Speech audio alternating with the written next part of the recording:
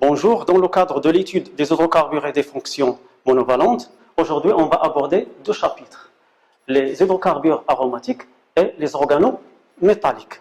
On va commencer par les hydrocarbures aromatiques, le plan adopté pour ce chapitre, donc généralité, on va voir les réactions de substitution du benzène, l'orientation des substituants électrophiles et enfin les réactions d'oxydation, de réduction et d'addition. Alors, qu'est-ce qu'un composé aromatique? Selon les règles de Huckel, un composé aromatique, s'il présente trois critères, possédant une structure cyclique, une structure toujours plane, et possédant 4N plus 2 électrons pi et N délocalisés. N est un entier naturel. Alors, le composé aromatique le plus important, c'est le benzène, C6H6. Le schéma suivant représente la structure du benzène.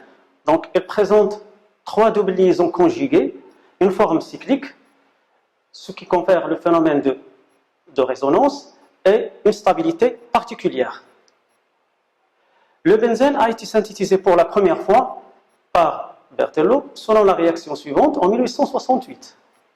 Donc, à partir de trois molécules d'acétylène et en présence d'un catalyseur, on obtient le benzène.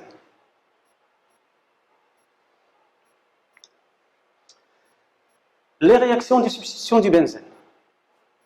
Donc, le benzène possède une structure très stable et une densité électronique élevée, ce qui permet et ce qui favorise les substitutions d'hydrogène par l'électrophile qu'on a symbolisé E+. Alors, le bilan de la réaction, on part du benzène qui va être attaqué par un électrophile chargé positivement et en présence d'un milieu acide, on obtient le produit de substitution électrophile aromatique. Le mécanisme de la réaction, tout d'abord on a formation de ce qu'on appelle l'intermédiaire de Wheelant ou le complexe sigma. Donc voyons la réaction générale. Donc, vous avez le benzène qui va être attaqué par l'électrophile chargé positivement. Cette réaction est une réaction lente et qui aboutit à l'intermédiaire de Wheelant. Donc l'électrophile va établir une liaison avec un carbone, apparition d'une charge positive, et donc formation de l'intermédiaire de Wheelant. Cet intermédiaire de Wheelant présente des formes de résonance. L'intermédiaire de Wheelant qu'on a vu va réagir avec une base B-. Cette réaction est rapide. La base va arracher le proton, les deux électrons vont être retirés et donc la reformation du noyau benzénique et donc la réaromatisation, et donc on obtient le substituant électrophile aromatique. Maintenant, on va analyser le profil énergétique. Donc, on a représentation de l'énergie potentielle en fonction des coordonnées de réaction. Donc, la réaction entre l'électrophile et le benzène, cette réaction demande une grande énergie d'activation, aboutissant à la formation de l'intermédiaire de Wheelant, et puis rapidement, elle va se transformer en produit de substitution électrophile aromatique. Donc, on peut distinguer deux étapes. La première étape et la deuxième étape. Alors, parmi les réactions de substitution, on a l'halogénation, donc qui consiste à l'introduction d'un halogène comme le chlore, le brome, le fluor et l'iode. On a constaté que l'halogénation du benzène est limitée à la chloration et à la bromation. Pour les deux autres éléments, l'halogénation est très difficile. Alors, cette halogénation nécessite l'utilisation d'un acide de Lewis, comme le chlorure d'aluminium anhydre. Dans ce cas, on va assister à une substitution progressive des hydrogènes du cycle par le chlore. Voyons le schéma général. Donc, on part d'un noyau benzénique. On a le catalyseur qui va réagir avec l'halogène. Donc, on a passage des électrons vers donc MX3 et X va porter une charge positive. Donc, on a formation de l'électrophile qui va réaliser l'attaque. Donc, X va être fixé sur un carbone. Les deux électrons vont regagner du cycle aromatique. Et on a des parts de H+, qui va réagir avec MX4- pour régénérer le catalyseur MX3. On va voir un exemple, on va détailler le cas de la bromation du benzène. Donc, cette bromation se déroule en 4 étapes. Donc, la première, formation de l'électrophile. Donc, vous avez l'acide de Lewis qui présente une case vide. Donc, la réaction aboutit à la formation de l'électrophile et FeBr4-. Deuxième étape, formation de l'intermédiaire de Wheelant ou bien le complexe de sigma. Donc, l'électrophile va attaquer le noyau benzénique, formation de l'intermédiaire de Wheelant.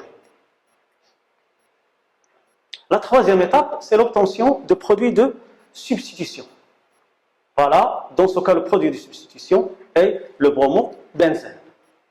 La dernière étape, qui est la régénération du catalyseur, donc FeBr4- va réagir avec H+, pour donner le catalyseur FeBr3 plus HBr. Deuxième type de réaction de substitution électrophile, on va voir les deux variantes de Friedel et Kraft, à savoir l'alkylation et l'acylation. Alors l'alkylation, dans ce cas, on va prendre le chlorure d'alkyle qui va réagir avec le benzène en présence d'un acide de Lewis qui est AlCl3 ou bien FeBr3. Donc vous avez la réaction globale, donc le noyau benzénique, puis on a RCl et AlCl3. La réaction entre les deux va entraîner l'apparition de l'électrophile et donc l'apparition d'une charge positive au niveau de R, et la réaction entre l'électrophile et le noyau benzénique va permettre l'introduction du radical R et la formation de AlCl4- plus H+. Les deux vont réagir ensemble pour régénérer le catalyseur. La réaction d'acylation, c'est-à-dire la deuxième variante de Friedel et Kraft, permet d'introduire sur le cycle donc le groupe acyl pour obtenir une cétone aromatique. Donc on utilise le chlorure d'acyle en présence d'acide de Lewis, comme AlCl3. Dans ce cas, donc on a la réaction entre le chlorure d'acyle et l'acide de Lewis, la formation de l'électrophile avec une charge positive au niveau du carbone, et l'électrophile va attaquer le noyau benzénique pour aboutir au produit de substitution, et AlCl4- plus H+, vont régénérer AlCl3. Maintenant, voyons en détail le mécanisme de l'acylation. Donc, on part de l'ion acylium, donc le carbone porte une charge positive. On a le noyau benzénique, AlCl4- qui a été formé pendant la formation de l'ion acylium. La réaction qui aboutit au complexe sigma, intermédiaire de Wheelant, donc le retour des électrons, là, et départ de H+, qui va réagir avec AlCl4 pour donner HCl plus AlCl3. Dans ce cas, il est complexé au cétone. Cette réaction est rapide. Un autre type de réaction de substitution électrophile sur le benzène, la nitration. La nitration consiste à l'introduction du nitro NO2 sur les cycles aromatiques. Dans ce cas, on va utiliser deux acides, l'acide nitrique et l'acide sulfurique, permettant la formation du lion nitronium NO2+. Le mécanisme, donc l'acide nitrique HNO3 va réagir avec l'acide sulfurique, donc il va arracher un proton, donc, et après on aura départ de H2O pour aboutir à la formation de NO2+. Donc l'attaque de l'électrophile sur le benzène va permettre la fixation de NO2, bien sûr le retour des électrons et départ de H+, et par conséquent la formation du nitrobenzène. Maintenant, on va voir un autre type de réaction qui consiste à la fixation, bien l'introduction de l'acide sulfonique, c'est ce qu'on appelle la sulfonation. Dans ce cas, l'électrophile c'est HSO3+, et on utilise un mélange de H2SO4, l'acide sulfurique, et le trioxyde de soufre, SO3. La réaction entre ces deux composés va aboutir à la formation de l'électrophile HSO3, donc portant une charge positive, hein, et l'électrophile va attaquer le noyau benzénique, aboutissant à la formation de l'acide benzène sulfonique. Alors le HSO4- va réagir avec H+, ce qui permet la régénération de l'acide. Maintenant, jusqu'à maintenant, on a étudié donc des réactions sur le benzène non substitué. On va voir le cas où le benzène est substitué, on va voir le cas où il est monosubstitué. Donc on va considérer le substituant Y et on va voir les réactions ou bien l'orientation de la substitution électrophile dans ce cas. Alors, on a constaté que lorsque le noyau benzénique est déjà porteur d'un substituant, donc monosubstitué, dans ce cas, les hydrogènes ne sont plus équivalents. Alors, 3 sites différents possibles que l'on peut repérer. Donc, le schéma montre bien que la substitution sera soit au niveau ortho, ou bien méta, ou bien para, par rapport au substituant Y. Donc, pour obtenir, dans ce cas des isomères, l'isomère ortho, l'isomère méta, ou bien l'isomère para. Alors, l'orientation de la substitution a été étudiée par Ullmann, qui a proposé les règles qu'on appelle règles de Ullmann. Alors, le premier cas, lorsque donc, le substituant Y est un donneur d'électrons par effet mésomère plus ou bien effet inductif plus. Dans ce cas, la réactivité du noyau aromatique sera augmentée et l'activation sensible au niveau des carbones ortho et para sera plus importante. Donc, autrement dit, dans ce cas, le noyau aromatique qui est activé et le substituant est un activant, soit ortho ou bien para-directeur. Parmi les groupements qui sont ortho-para-directeurs, donc on a le groupement OH, OR, NH2, NHR et les groupements alkyles. On va voir un exemple. Alors l'exemple du groupement OH, c'est-à-dire le cas du phénol. Alors le phénol présente 4 formes limites, 4 formes de résonance. Voilà, donc vous avez l'oxygène qui possède 2 doublés libres, donc et passage des électrons, donc les électrons ne sont pas localisés, et dans ce cas, on va voir délocalisation des électrons et l'aboutissement à plusieurs formes de mésomères. Alors, ces formes mésomères présentent des charges négatives au niveau ortho et para. Et puisque l'électrophile est chargé positivement, donc l'attaque électrophile aura lieu au niveau ortho et au niveau para. Donc c'est pourquoi, dans ce cas, le OH est un ortho ou bien un para-directeur. Alors voyons l'exemple de la réaction entre le chlore, Cl2, et le phénol. Donc la fixation de Cl, elle est soit au niveau ortho, ou bien soit au niveau para. Mais on a constaté, que le pourcentage de l'ortho et le pourcentage du para sont différents. Le para est majoritaire. L'explication qu'on peut donner, c'est que le groupement OH exerce un encombrement stérique sur les positions ortho, ce qui entraîne une favorisation des réactions au niveau para. Le deuxième cas, lorsque le substituant Y est un attracteur par effet mésomère négatif, moins M, ou bien effet inductif, moins I. Alors les formes mésomères montrent dans ce cas que l'attaque d'un réactif électrophile ne peut se produire qu'au niveau des carbones qui sont en position méta. Le noyau aromatique sera désactivé et dans ce cas le substituant est un désactivant ou bien est un méta-directeur. Alors parmi les groupements qui sont méta-directeurs, vous avez le COR, le COR, CONH2, HSO3, NO2. Alors prenons l'exemple du nitrobenzène. Alors, dans le cas de nitrobenzène, qui possède des formes mésomères, alors ces formes présentent des charges positives au niveau ortho et au niveau para. Donc, l'attaque électrophile sera favorisée sera favorisé au niveau des positions méta. Alors, l'exemple qu'on va prendre, la sulfonation du nitrobenzène.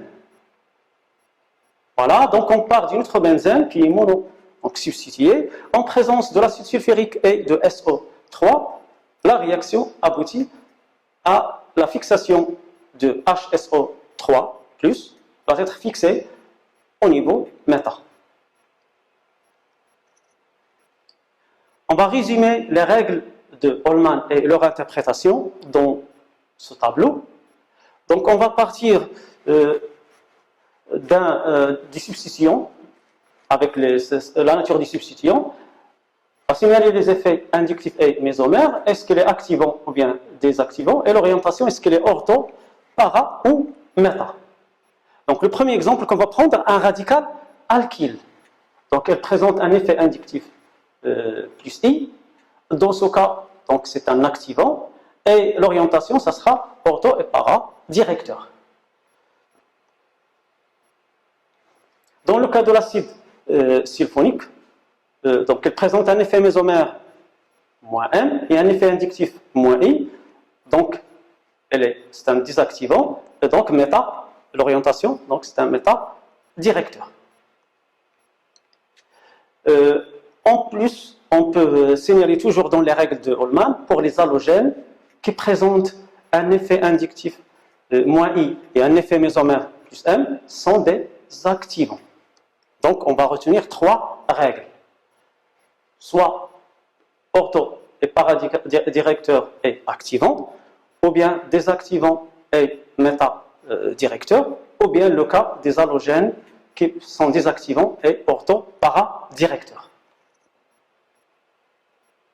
Les autres réactions, en plus de substitution électrophile sur le benzène, on a la réaction d'oxydation qui consiste à l'utilisation d'oxydants forts comme KMNO4 et K2CR2O7, donc permanganate de potassium et le bichromate de potassium.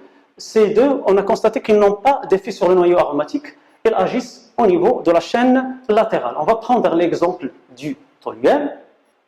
Donc le toluène qui est le méthylbenzène, en présence de KMNO4 et en milieu acide avec chauffage, va donner l'acide benzoïque. Le deuxième type de réaction, après les réactions de substitution, la réaction de réduction. Donc cette réaction de réduction par H2 en présence d'un catalyseur est généralement plus lente par rapport aux alcènes.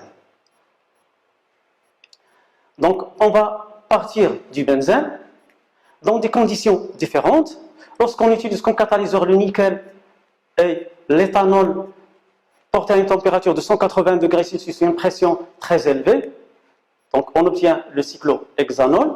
On peut obtenir le cyclohexanol aussi en utilisant le platine et l'acide éthanoïque à 25 degrés Celsius, ce qui montre que cette deuxième réaction est une réaction qui permet un gain important, énorme d'énergie.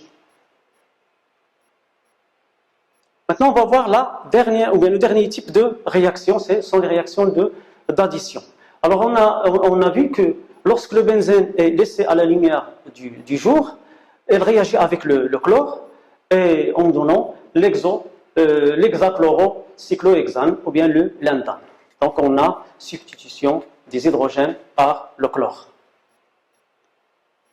Maintenant, on passe au deuxième chapitre, qui sont les organométalliques. Alors, par définition, les organométalliques, ce sont des composés organiques qui comportent au moins une liaison entre le carbone et le métal. Donc, les plus importants, ce sont les organomagnésiens, symbolisés par RMGX, ou bien nommés les halogénures d'alkyle magnésium, ou tout simplement réactifs de Grignard. Alors, les organomagnésiens sont préparés par réaction du magnésium en tournure sur un halogénure d'alkyle dans un solvant inerte et anhydre, le cas de l'éther ou bien le THF. Voilà, donc vous avez Rx plus Mg en présence d'éther anhydre va donner RMGX. X, c'est-à-dire l'organo-magnésiens, plus, ou bien qu'on appelle réactif de Grignard. On a remarqué que l'éther est utilisé pour solubiliser les organo-magnésiens. Lorsque les halogénures sont des chlorures aromatiques ou halogénures de vinyle, le solvant dans ce cas est le tétrahydrofurane. On va voir un exemple rapidement. Donc, on a le chlorure de benzène en présence de Mg et du tétrahydrofurane. On obtient donc, un organo-magnésien. Alors, lors de la formation de l'organo-magnésien, on assiste à une inversion de la polarité. En effet, l'halogène d'alkyle a un caractère électrophile, tandis que l'organo-magnésien a un caractère nucléophile. Alors, cette inversion est très importante parce qu'elle nous va permettre de comprendre les autres les réactions qu'on va voir. Donc, vous avez RMGX qui va donner R, donc au lieu de porter une charge positive, une charge négative, et MGX porte une charge positive. Donc, on a une inversion. Maintenant, on va voir les réactions des organo-magnésiens. Donc, la première réaction, c'est l'action des composés à hydrogène mobile. Un organo-magnésien traité avec des composés à hydrogène mobile, il donne un alcane. Tous les organométalliques sont des bases puissantes.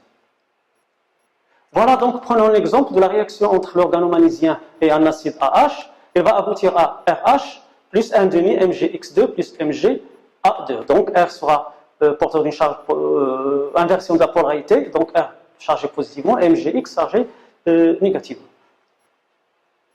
Deuxième type de réaction, l'action d'un dérivé halogéné. La condensation de deux organos, ou bien d'un organo-magnésien avec un halogénure d'alkyle, il conduit à un alcane. Donc la réaction entre l'organo-magnésien, et vous avez l'halogénure d'alkyle, aboutit à la formation de RR'. Donc on aura une charge positive ici, négative, une charge positive à ce niveau-là. Ici on a une charge négative, ici une charge positive, donc on va assister à la formation de RR'. Maintenant, on va voir l'action de l'oxygène. Donc, à une température ambiante et en présence d'organo-magnésiens, l'excès d'oxygène va donner l'alcoolate d'halogénure magnésien, dont l'hydrolyse va conduire à un alcool. Donc, voilà, donc l'organo-magnésien en présence de l'oxygène, on obtient donc, R, l'alcoolate, et en présence de HX, on obtient un alcool. L'action maintenant des composés carbonylés, cétone et aldéhyde. Donc, vu la différence de l'électronégativité entre le carbone et l'oxygène, donc le carbone du groupement carbonyle sera électrophile, le C sera porteur d'une charge positive, ce qui favorise l'addition d'un organo-magnésien. Le cas par exemple, donc vous avez RGMX, R1, donc le cétone, donc on va assister à passage d'un doublet électronique vers l'oxygène, donc on aura ici une charge positive, une charge négative, et si on a déjà vu l'inversion de la polarité, donc on aura R-MgX, ce qui va aboutir à la formation donc, de ce complexe-là, et en présence d'eau, on obtient l'alcool. Maintenant, l'action sur l'anhydride carbonique ou bien le CO2. Donc, vous avez le carbone qui est lié à deux oxygènes. Lorsqu'elle va réagir avec un organo-magnésien, voilà, donc on va obtenir un alcool. Donc de la même façon, donc deux électrons qui vont passer dans un oxygène, donc on aura une charge positive à ce niveau-là. Ici on a une charge négative, ici on a une charge, donc apparition d'une charge positive, et donc la réaction va permettre la fixation de R sur le carbone et MgX sur l'oxygène en présence d'eau. Donc on aura départ de MgX et la formation de l'alcool. L'autre type de réaction, c'est l'action sur les esters. Donc l'addition d'organo-magnésiens sur l'ester conduit à un intermédiaire instable, qui donne spontanément une cétone. Cette dernière étant plus réactive que l'ester. Voilà. Donc voyons le cas d'organo-magnésien, réaction avec l'ester, donc le même mécanisme. Donc on a le retour des électrons, le départ de ER et la formation du cétone en présence d'un autre organo-magnésien. On va après présence d'eau, ça va aboutir à la formation d'un alcool, dans ce cas, qui présente deux alkyles identiques. Oui, on va finir par l'action sur les nitriles. L'addition de l'organo-magnésien sur le nitrile donne une imine qui est transformée en cétone lors de l'hydrolyse. Voilà, donc vous avez réaction entre le nitrile et l'organomagnésium.